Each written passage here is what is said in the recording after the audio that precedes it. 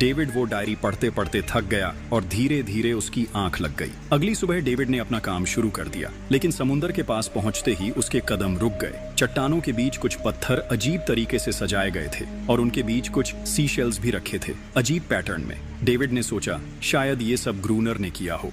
ये सोचकर वो दोबारा अपने काम में लग गया। मौसम का डेटा कलेक्ट करना, वही काम जिसके लिए वो यहाँ आया था। काम के दौरान जब उसने बाइनोक्यूलर से लाइट हाउस की तरफ देखा तो उसे ग्रूनर के साथ एक और इंसान दिखा, लेकिन फिर उसने सोचा शायद उसका वहम हो। रात हो चुकी थी और डेविड अपने काम में बिजी था। तभी दरवाजे पर नॉक हुआ। उसने सोचा शायद ये ग्रूनर है। डेविड ने उसका नाम पुकारा, लेकिन कोई जवाब नहीं मिला। हाथ में लैंप लेकर जैसे ही डेविड आगे बढ़ा, उसके कानों में कुछ अजीब सी आवाजें गूंजने लगीं और फिर उसने देखा गेट के नीचे से किसी अजीबोगरीब प्राणी का हाथ अंदर आने की कोशिश कर रहा था। वो हाथ इंसानी नहीं था। डेविड का दिल दहशत से भर गया। वो तुरंत बेसमेंट की तरफ भागा और वहां जाकर छुप गया। कुछ ही देर में वो रहस्यमयी क्रीचर घर के अंदर घुस चुकी थी। वो छुप छुप के डेविड को ढूंढ रही थी। बेसमेंट की एक छोटी सी क्रैक से उस क्रीचर की भयानक आंखें डेविड को घूरने लगी। डेविड ने एक छुरी उठाई और जैसे ही वो आंखें उस क्रैक के सामने आईं, उसने पूरी ताकत से छुरी घुसा दी। वो क्रीचर चीख के भाग गई, लेकिन वो कभी भी वापस आ सकती थी।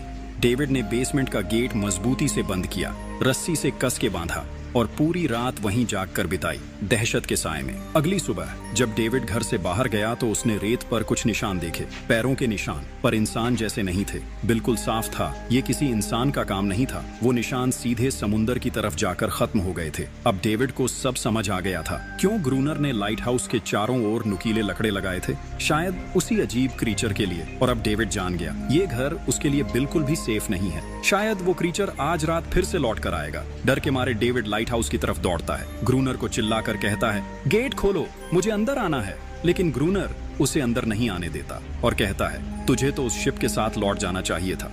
डेविड निराश होकर वापस लौटता है, लेकिन अब उसे अपना घर सुरक्षित बनाना होगा। उसने घर की हर एक विंडो को लकड़ी से बंद कर दिया, हर तरफ नुकीले लकड़ों से घेरा बनाया और गेट के बाहर पुराने कागज और किताबें रखी। फिर उन पे तेल छिड़क दिया ताकि अगर वो क्रीचर वापस आए तो उसे आग से डरा के भगाया जा सके। लेकिन एक बात थी जो डेविड अब तक नहीं जानता था, और ये बात उसे आज रात पता चलने वाली थी। किस्मत से उसे घर के अंदर एक पुराना बॉक्स मिला। उस बॉक्स में एक गन थी और बहुत सारी बुलेट्स। ये देखकर उसे थोड़ी हिम्मत मिली, लेकिन डर अब भी जिंदा था। जैसे जैसे सूरज ढलने लगा, रात का अंधेरा हर तरफ छा गया। डेविड गन हाथ में लिए घर के एक कोने में चुपचाप बैठा था। उसकी सांसें तेज थीं। तभी एक अजीब आवाज सुनाई दी और जब डेविड ने खिड़की की तरफ कदम बढ़ाया तो जैसे उसके पैरों के नीचे से जमीन ही खिसक गई। सिर्फ एक नहीं, पानी में से कई सारी वही अजीबोगरीब क्रीचर्स उठती हुई नजर